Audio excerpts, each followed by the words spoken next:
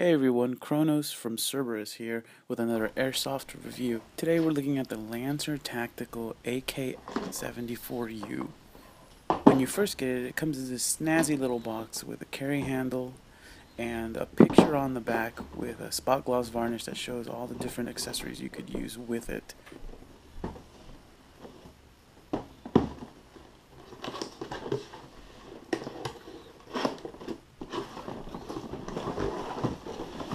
When we open the box, we find a cleaning/unjamming rod,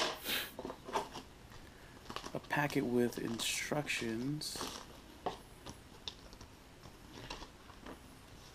stickers, registration card, a little target, and that's about it. Comes with a bag of .20 Lancer Tactical BBs. Bunch of little accessories for a weird rail thing that goes on the side. A high cap magazine with nice little Lancer Tactical printed on the bottom. A charger that you should probably never use. Piece of foam. And the gun itself. It also comes with an 8.4 volt battery that fits right inside the body of the gun. As you can see, I've already installed it in this one.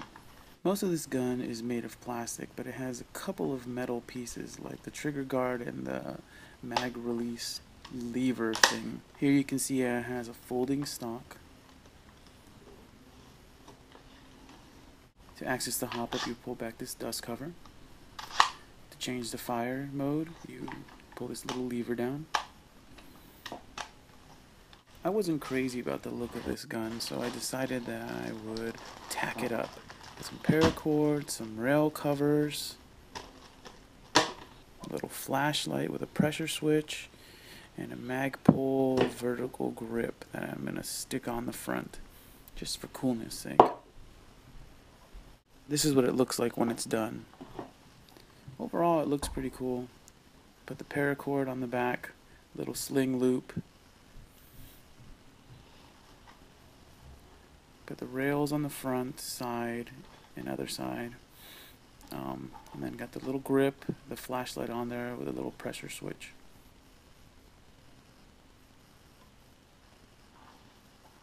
I also added this little optic on top just to help me aim the gun a little bit better.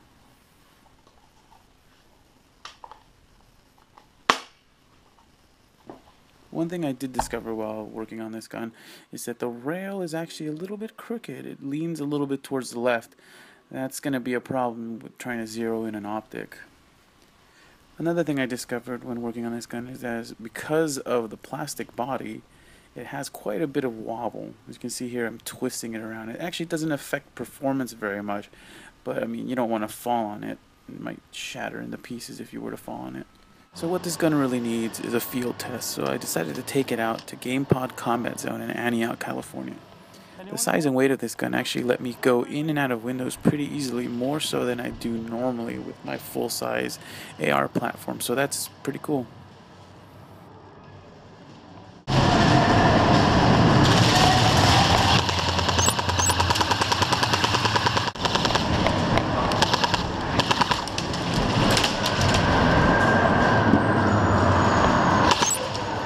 The size also let me tuck in the corners really tight so that I didn't have a big silhouette profile and guys couldn't really take me out. So it was pretty nice to be super tight.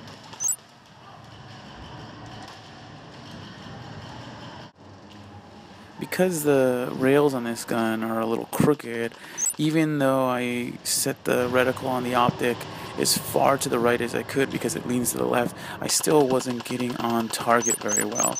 It was about a couple centimeters away, really close, and a few feet away from far away. So basically I had to spray at everything.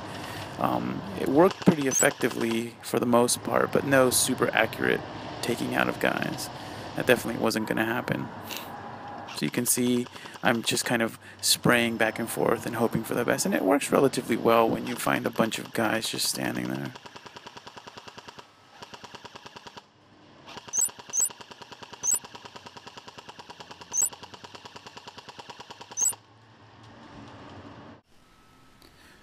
This gun retails for about $90 to $100 depending on where you get it. It shoots about 400 FPS and it has a standard version 3 gearbox inside of it and a high torque motor from what I've heard. As far as performance goes, I was getting out to at least 150 feet before they started to drop. The BBs, I mean. But they were never really going straight. They would go left or right, kind of squirrely. So it's good for spraying and good for using within 100 feet. But about 150 feet and up, it starts to go a little squirrely on you. So I don't know how affected you would be at that range. While I had a lot of fun using this gun, I don't know that I would recommend it to anyone as a primary weapon, just because on mine at least, and I don't know if this is true for the whole production run, the rails were crooked and that really made a big difference when trying to aim through an optic. But the weight and the size really do make it fun for quick movement and getting in and out of buildings quickly, ducking under cover, going around corners. So that was pretty cool, but I don't know if I would recommend it just because it's not very well built, externally at least.